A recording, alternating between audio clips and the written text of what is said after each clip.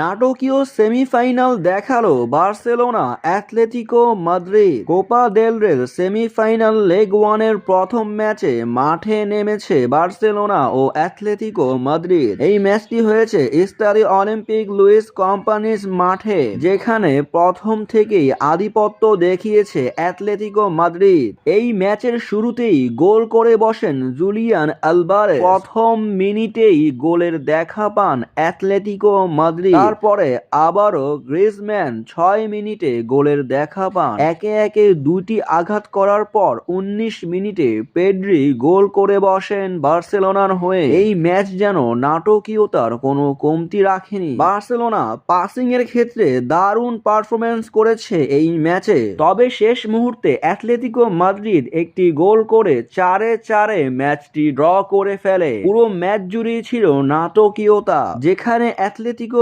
Madrid shot নিয়েছে ১০টি, অন্যদিকে বার্সেলোনা নিয়েছে ১৬টি। বল পজিশন রেখেছেন বেশিরভাগ সময়ে বার্সেলোনা। সেমিফাইনালের লেগ ওয়ানের এই ম্যাচে অ্যাটলেটিকো মাদ্রিদ ও বার্সেলোনা ম্যাচটি ড্র করেছে। পরবর্তী ম্যাচে দেখা যাবে কোন দল জিতে। যেই দলই জিতবে সে সরাসরি ফাইনালে চলে যাবে কোপা দেল রের।